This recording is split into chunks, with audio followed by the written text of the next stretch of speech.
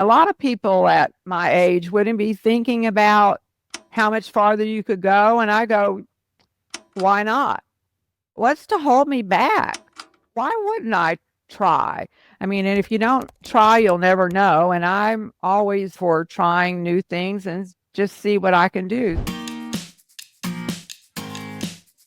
Please welcome to the Inspiration Place, Martha Brane. Well, hey, Martha, welcome to the show. Oh, Miriam, thank you so much for having me. It certainly is my pleasure. Very big pleasure. I know I'm not allowed to share how old you are, but I do want to let people know that you are a grandma. Yeah, and right. your baby, your daughter is how old? 52. Well, I'm okay with that. I actually am okay with that because, back in the day, we had children, a lot of them had children young, very young. So, then people can figure from there. They'll know I'm not a, spring chicken. Well, one of the reasons I did want to start there, Martha, is because I do have so many artists who are within 10 years of you, plus or minus. Sure. Who and even the younger ones who feel like it's too late for them.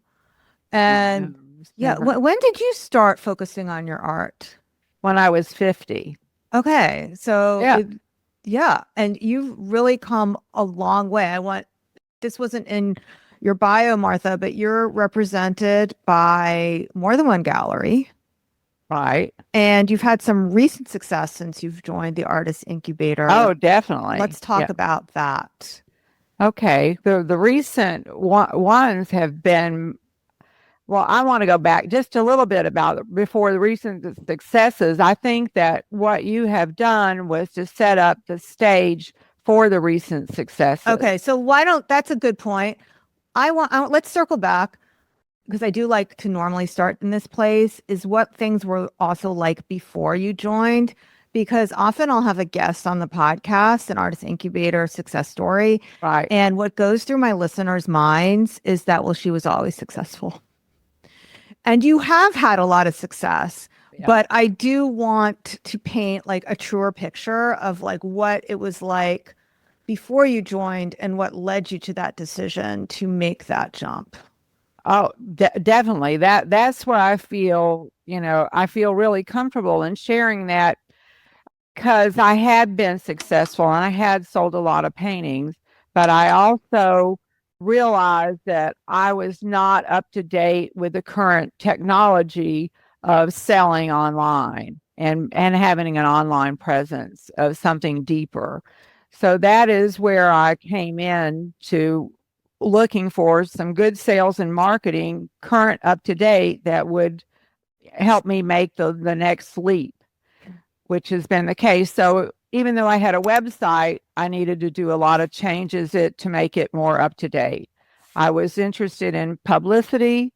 I didn't know where to begin. The email marketing was certainly something I had done a few emails, but I didn't really have a handle on that at all. So I really felt like in order for me to make the next leap, I needed to get more sales and marketing involved with my work, because I felt like my work was really getting very strong and I wanted it to be out in the public more. So that's where it all began with me. So going back and starting in the class, to be able to have someone that has the resources and can show me, this is what you do with a website. This is what you needed to be thinking about publicity. So it's not just the how to do's, but it's the resources there that I had to then move on to the direction that I was interested in going in. And now I do want to share with our listeners that you are part of the inner circle. And I remember when you came for that discovery call and you brought your darling husband with you. So there must have been some trepidation about taking that next step, or he might have had some anxiety on your behalf. Would you like to share the feelings that one or both of you were having then? Oh, I'd be happy to. I was really on board with doing it. And my husband, Lewis, has been extremely supportive of everything that I do. And I just wanted him to hear what it was that I was embarking on, so that he could be a part of the team of me going forward, because now all he hears is Miriam said this, Miriam said that. I'm doing this because Miriam is like this. And he goes, and I go, well, we were talking about this morning. I said, I think you know Miriam pretty well right now. And he goes, yeah, I think so. It's been great because the information that you have shared with me has made all the difference in the world in where I am today into my art, and where I can see also the vision of how much farther I can go. And a lot of people at my age wouldn't be thinking about how much farther you could go. And I go, why not? What's to hold me back? Why wouldn't I try? I mean, and if you don't try, you'll never know. And I'm always for trying new things and just see what I can do. So I'm all up and ready to keep moving along on where I've been going. And my whole emphasis was to go more into a business to business type transactions or with my art, as I had done years ago. I was very familiar with that and liked working in that environment.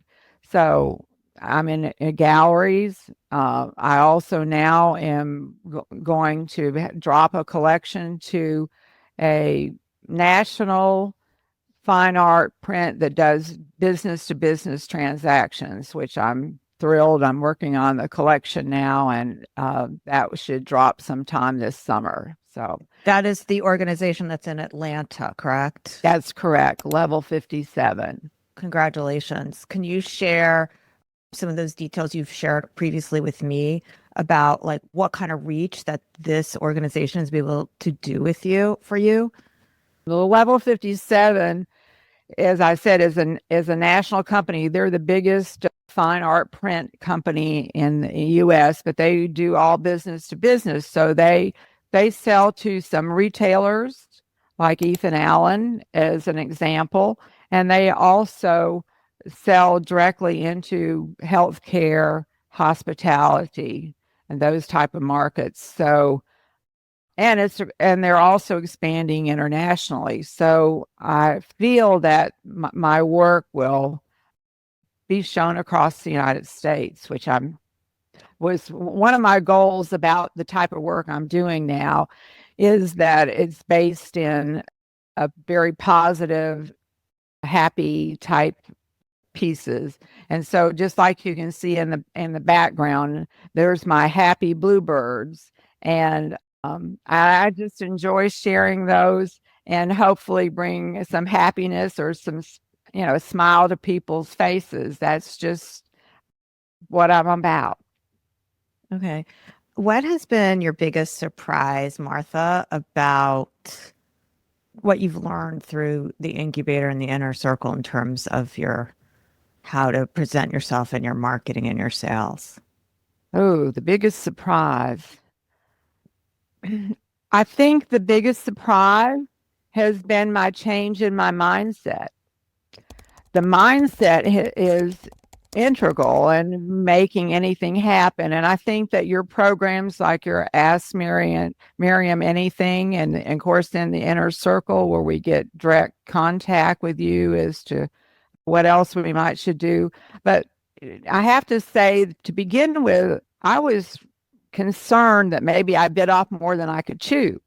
I had that concern, and listening to the Momentum Maker Mondays were phenomenal. They just really help you look at how you're thinking and how to see that a lot of your thinking is from years ago that you need, and a lot of that thinking is not true. You really need to look at where it is. So going through that Momentum Maker Mondays, the first month or so, was integral in helping me change my mind of how I was perceiving what I'm doing and moving forward. Okay. One thing I definitely want to unpack with you today is I have been sharing here on the podcast and my YouTube channel color trends. And Yeah. I know that you were very resistant to I, that advice. So let's talk about that. First, share for people who cannot see the painting behind you, share with them your color palette and your feelings around that. okay. My love of colors are blues and greens. So most everything that I do centers around that theme.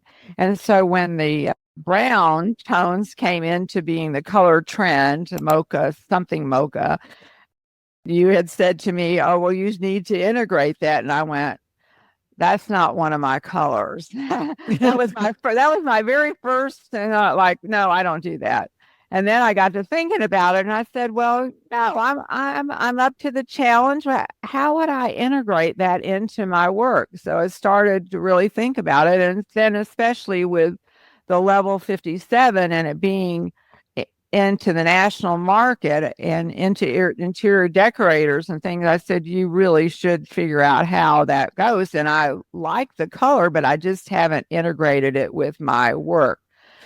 So I turned my head. And so that was part of that mental focus. And then I started thinking how I could do it. So then I realized that in my bluebirds, because in this, like this particular painting behind me, the outside circle could be any color. And I had it gray and in a gray tones, which is where I normally go. But then I said, oh no, I think this one will look great in brown. So I actually have painted, this is the second time I painted it another brown. It's a warmer tone, but I'm getting ready to do some seagulls, and those seagulls are going to have brown in them. So I've decided that I can figure out how to do this. Was actually brown and blue go well together. So it's just was a focus. You got to change your mindset about how you think about things. And it looks amazing. I also wanted you to share what some of the art consultants said to you about brown. Oh yeah, the art consultant for installation in Fort Lauderdale had said that she was looking for earth tones, and as soon as I saw that, I said, "Okay, where's the brown?" I definitely realized that I'd be missing out on a lot of opportunity just because I wasn't using brown, and I feel like, okay, well, I think there's a message there. I think I need to integrate it and learn how to be more open to things like that. So it's been good. I'm happy that I realized that. And then the question that asks is, do you feel that having that constraint of introducing earth tones that hamper your creativity or expand it? Oh, it definitely expand. Definitely. Sometimes you just need I don't want to say a hammer, but sometimes you just need some little thing to go, okay, and then think about it, realize that it's like solving any other problem you have with art or life or things. You just need to spend some time concentrating on it and figure out how you can do that. So it's a mindset, but I got that one turned. I love it. Okay, so now we're gonna unpack a little bit more of the details behind your success, because that's the question I get asked a lot. Well, Miriam, I want more. I want more details. How did she do it? So I wanted to talk to you about your email marketing and your list building. I know that you already had a list when you started. Yes, right. Me. So share with us what has been the success of using email marketing for you? For me, email marketing is just been trying to get more. I had been doing it on a weekly basis before I started in your program. And what I have found is that I needed to make them more what I call user friendly and make them more open, and I have seen a trend change in looking at the MailChimp statistics, in that there is more open and more click through now that I've changed the dynamics of what was written into the emails. And that had to do with what you would have taught and how to communicate, how to build a relationship. Those things are, critical in everything. And it doesn't matter if it's the website or publicity or email marketing, any of it is that you communicate on the level of to the other person of what is important to them. So, Yes. yeah, Even if you use AI to help you. definitely. I'm not a writer, but I've also have learned how to edit and do much better on that. At least it gives me something to start on. And that actually has been a big help to me, because that has always been a deterrent.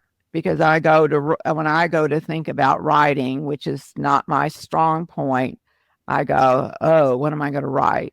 And now I have something at least to start with and go from there. It's just like an idea in a painting. You have an idea and then you start. You don't know where it's going to go, but it gives you some structure to work from. And so that's been a big help, and a very big help, actually.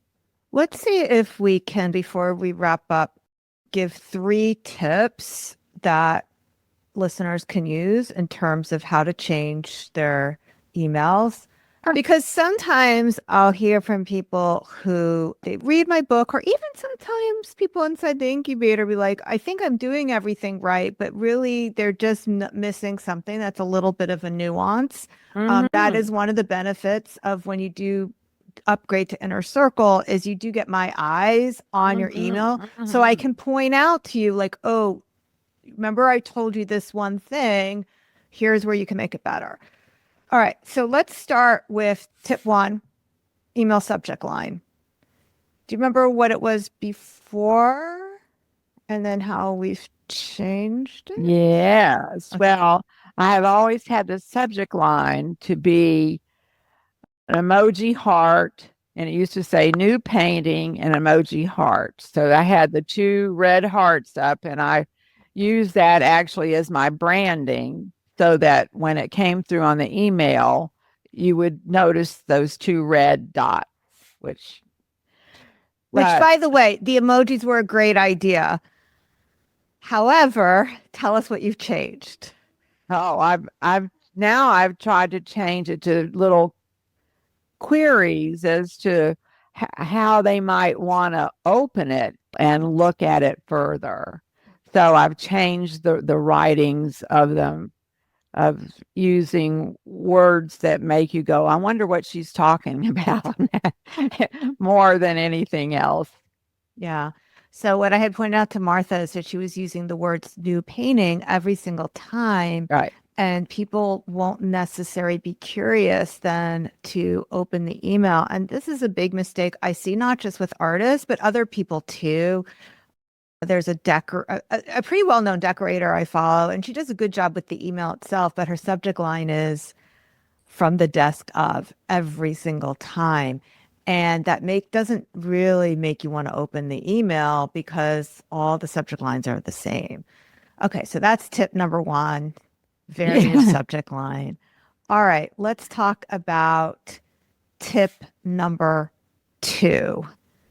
Removing basically what I like to call, this was advice that worked in 2010 or 2015, but doesn't work in 2025 because things have changed. What was one of the big things that I made you change, Martha, about your email? I had the picture across the front of one of my paintings and me before you even got started into the email. So that all went away. And now let me just interrupt you because I want to make sure that the listener knows what we're talking about. Okay. So again, this is not just special to artists. I see a lot of people doing this, and that's having an email banner going across your email. Now, 10 years ago, people did this because it made them look more professional. So I get why you would want to do that, but what it does to the person opening it, first of all, it signals to them what I'm about to read is a newsletter. So that is no bueno. And the second thing it does is it starts your email with a picture and a link, which does trigger some deliverability issues because Gmail or other email programs are more likely now to interpret your email as being a newsletter, which means it will be more likely to end up in people's promotion tab instead of their inbox or even in their spam filter, which we don't want to happen. So that was tip number 2. Do not start your email with a banner. Tip number 3. So we talked about the subject line. We talked about how you changed how you start your emails. What is the biggest change you've made about ending your emails?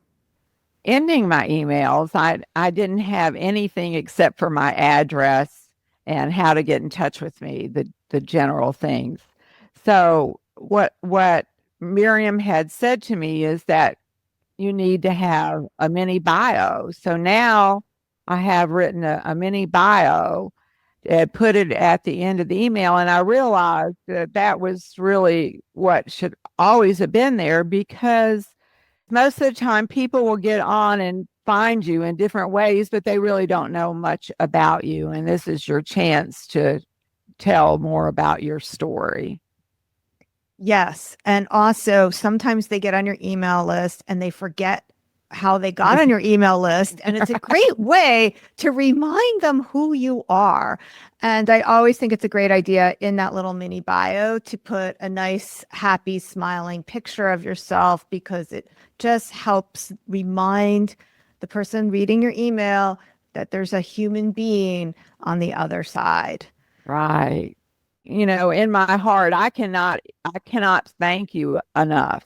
You are such an incredible resource for artists. Really. I mean, so many artists just take a class, they start to paint, but they don't have any sales and marketing. I had some years ago, but it's not relevant to today. The general idea that you need it is, but the rest of it, I really felt lost. And that was when I had listened to your incubator messages, and I kept going, this is the woman I want to work with. This is right on where I want to go. I need to know these things in order to move on. And I actually believe that my website, with all the changes that I made, that you had said, okay, change this, help with the about page and stuff, made the difference in me getting like a level 57 and this installation, because it looks more professional. No question. It relates more to the people than it did before. And I find it astounding. I look at artists' websites all the time, and most of them are not trying to relate to the people looking at their work. It's just really fascinating. And even the pieces of art that I have purchased, I don't get emails from these artists. Yeah. And these are some national artists. And I go, what are you doing? But I think it goes back to the fact that they spend all their time working on their art, trying to create a better painting, which you have to do that, and try to get in a gallery. And some of them don't even do a good job at that.